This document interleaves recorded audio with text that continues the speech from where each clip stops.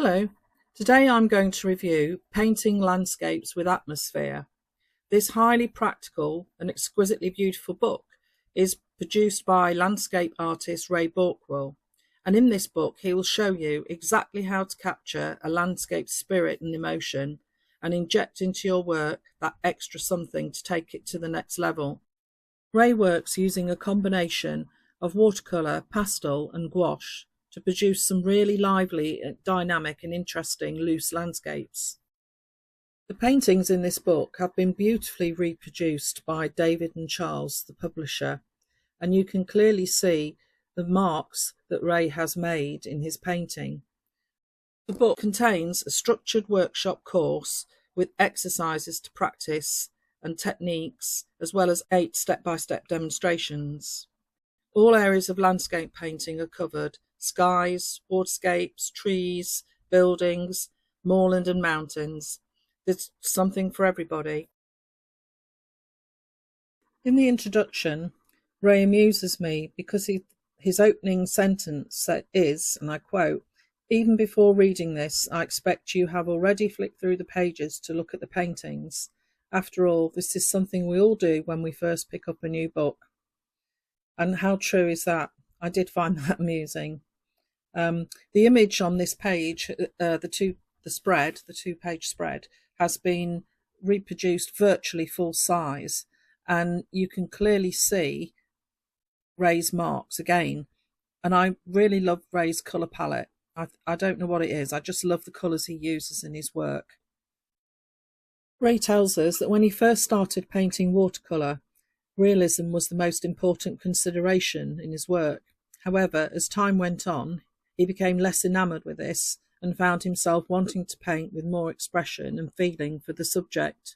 Well, I think personally he certainly has managed to achieve that. Ray tells us that he designed this book to show you how he tackles the subject. Ray works in lots of different media, and he selects the media that he feels will represent the subject best. The image bottom left, rain-washed sky over Cortlands, has been produced in oils, and on the right-hand side, sunset on the X, watercolour and pastels has been employed. The next 2 pages contain what Ray believes are the 4 essentials for creating atmosphere, working on location, emotion, tone and colour in that order. In Chapter 2, Materials, Ray covers the equipment that he prefers to use and discusses the various mediums as well that he incorporates into his work. In the watercolour and the oil section, Ray also lists his preferred colour palette. Chapter 2, Sources of Inspiration.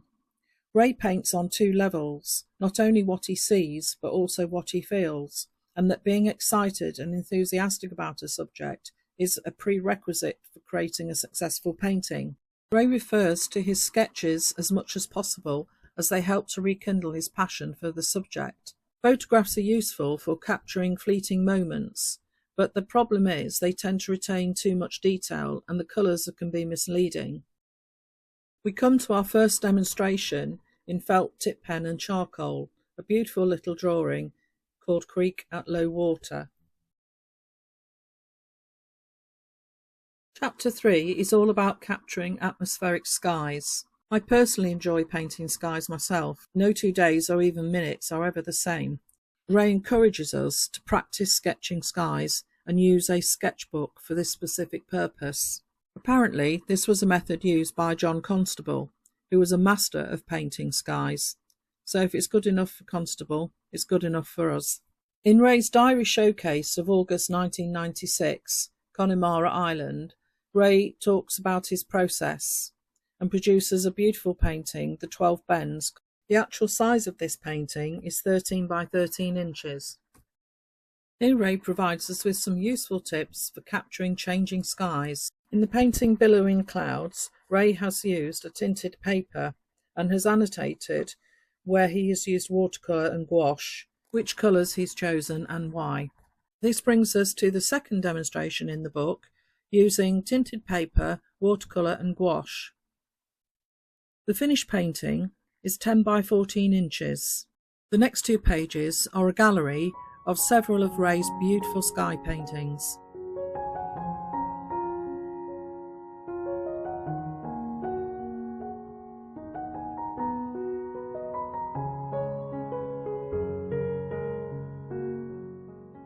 This brings us to chapter 4, which is about rivers and estuaries. And once again, Ray explains how his sketchbook can capture the essentials of both moving and still water, and watercolour, with its characteristics of translucency and expressiveness, lends itself best to painting water. Calm water requires little effort in watercolour, and letting the colours merge together, wet in wet, on dampened paper, is perfect for an impression of a misty lake. In Ray's second diary showcase, May 2001, Ray explains how he painted Providence, Brittany, using watercolour and pastel. These diary showcases are quite unusual. I've not come across them before in any other art book. I find them really interesting. Over the next 2 pages, Ray gives us some helpful advice on improving composition. We now come to the third demonstration in this book, called Old Mill Creek, in watercolour.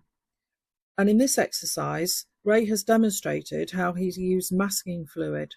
Some artists don't like using masking fluid, but Ray demonstrates very clearly how he uses it and why he finds it useful. Ray has included a couple of very useful tips at the end of this demonstration, one of which is don't overfill your painting.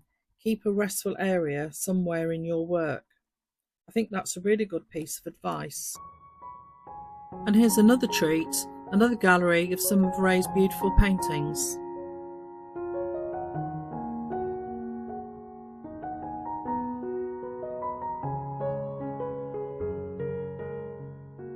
Chapter 5 covers trees and buildings, and Ray states that pastel is ideal for painting trees, which he finds irresistible. In the painting Glastonbury Tor, bottom left, pastel has been applied on its side and is just perfect for creating the impression of foliage masses and suggesting the form, shapes and texture of trees both in winter and summer. Ray provides helpful information about creating the illusion of depth and space in our paintings. Ray's diary showcase, July 2000, Ray explains the mood of the finished painting is determined by using the principles of aerial perspective he has discussed on the previous 2 pages, making the distance cooler and the foreground warmer and darker. This brings us to another detailed demonstration. I've lost count, I can't remember the number of this one, but it doesn't matter. It's a painting of a mountain village in pastels. But what surprised me is that Ray uses a safety razor blade in this demonstration, and it's a technique I've not come across before. As always, Ray has worked from an original reference sketch, which he developed in pen and watercolour. And here is a slide of the original sketch and the finished pastel painting side by side. And here is another gallery with a selection of Ray's beautiful paintings. You can practically smell the rain in the painting bottom right, Rain Clouds over Lower Coombe Farm.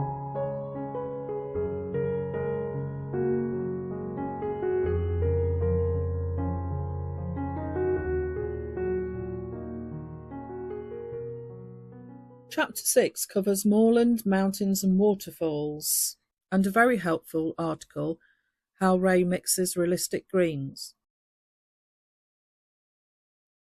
Ray's diary showcase, July 2002, features Snowdonia in North Wales, and again we have the watercolour sketch and the finished pastel painting side by side for comparison. I think Ray repeatedly stresses how important his preliminary sketches are to his work. Ray's step-by-step demonstration of a waterfall not only includes watercolour and pastels, but also a black chisel tip permanent fibre pen, masking fluid, gouache, and a Conte stick in black.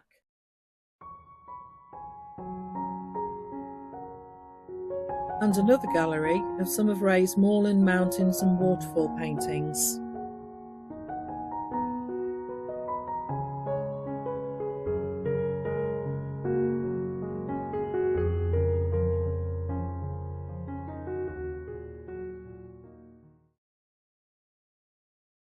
Chapter 7 focuses on painting the sea. There's a useful feature on interpreting tones with an example of a black and white reproduction of one of Ray's paintings, Rocks and Surf. The diary showcase in this chapter is almost a mini demonstration in itself. The step-by-step demonstration in this chapter is worked entirely in oil paint, with the reference sketch being completed in pen and watercolour. I think Ray's reference sketches are just as beautiful, to be honest, as his final paintings. Ray Balkwill is a very talented artist.